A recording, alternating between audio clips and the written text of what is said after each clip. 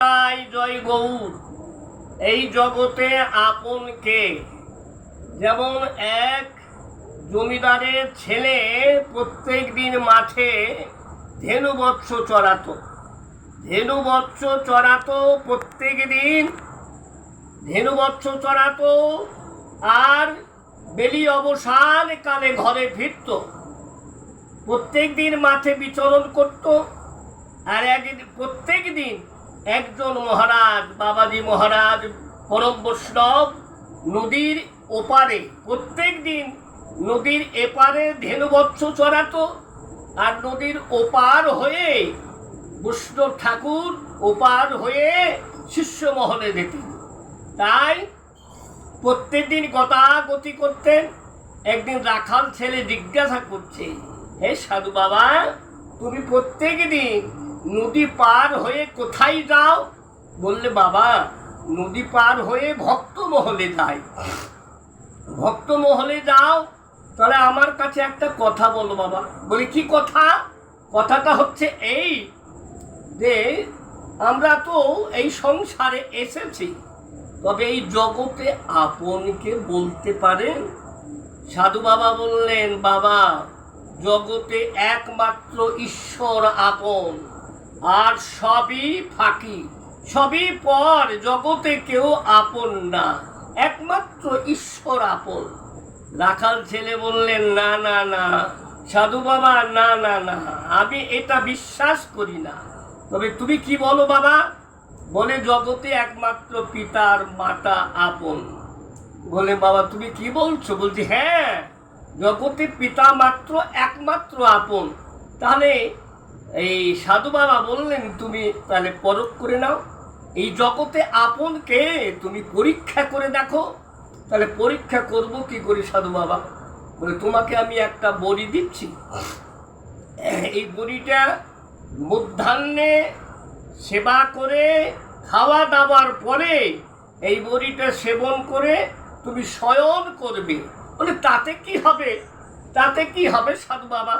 তাতে তোমার সকল ইন্দ্রিয়গণ অকর্মণ্য হইয়া যাবে, আর সবাই ভাববে তোমার মৃত্যু হইয়াছে।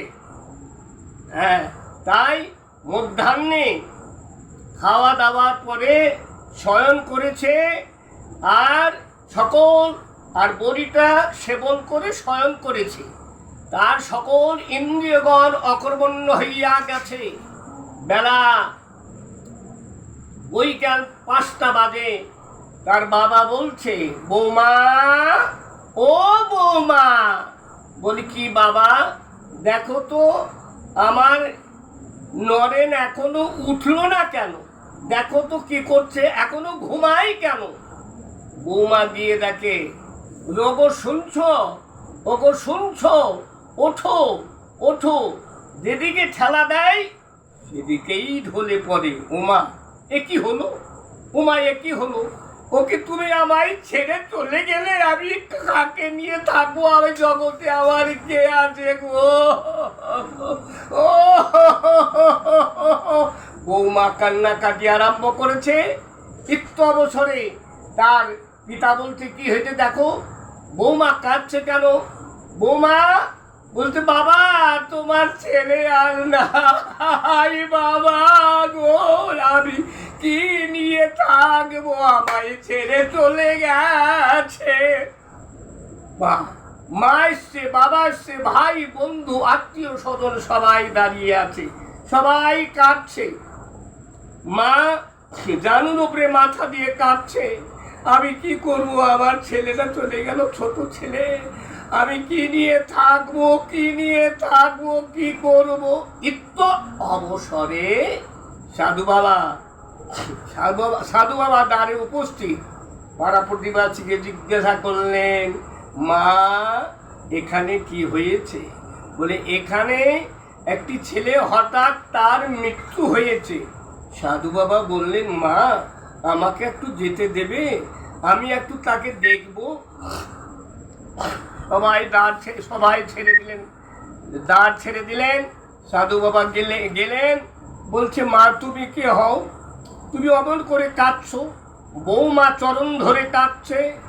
মা জানুর উপরে মাথা রেখে কাঁদছে, বাবা আমায় ছেড়ে চলে গেলি, আমার কি নিয়ে থাকবো, বাবা কেন চলে গেলি, আমায় কিছু বললি না, বাবারে কাঁদছে। সাধু বাবা বলছে, রহ রহ, অমন করে কেঁদো না, তোমার ছেলে বাঁচবে।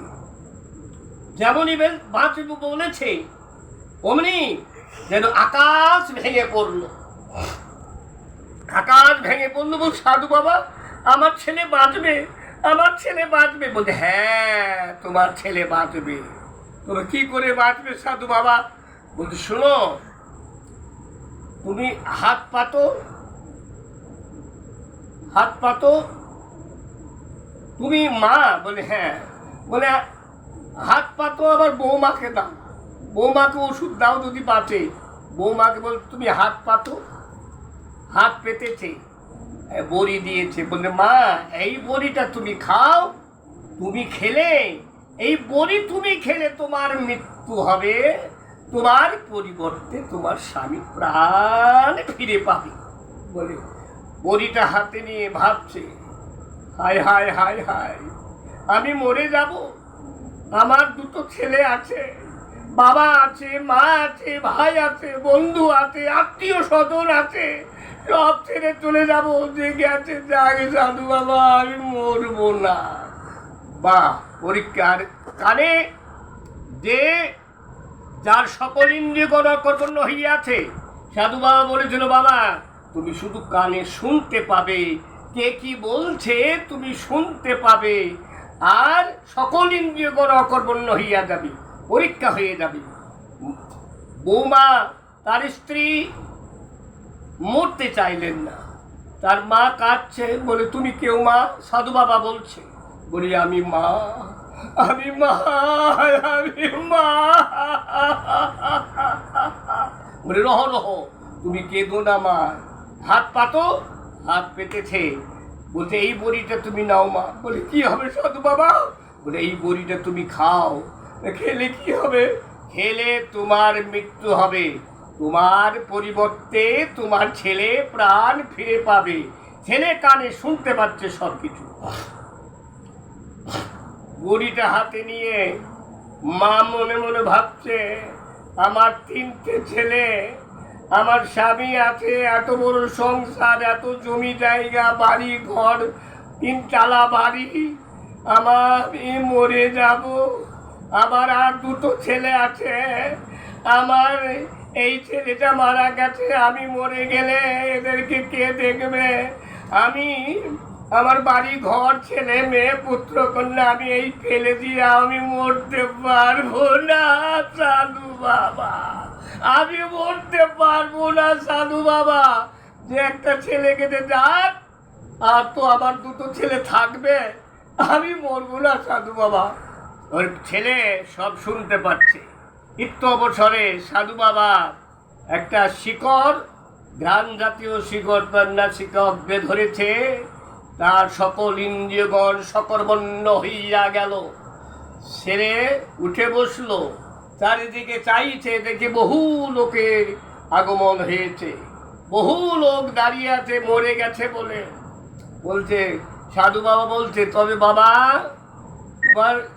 তুমি উঠেছো? বলছে, হ্যাঁ বাবা। তবে বলো দেখি জগতে কে আপন, বলতে পারো?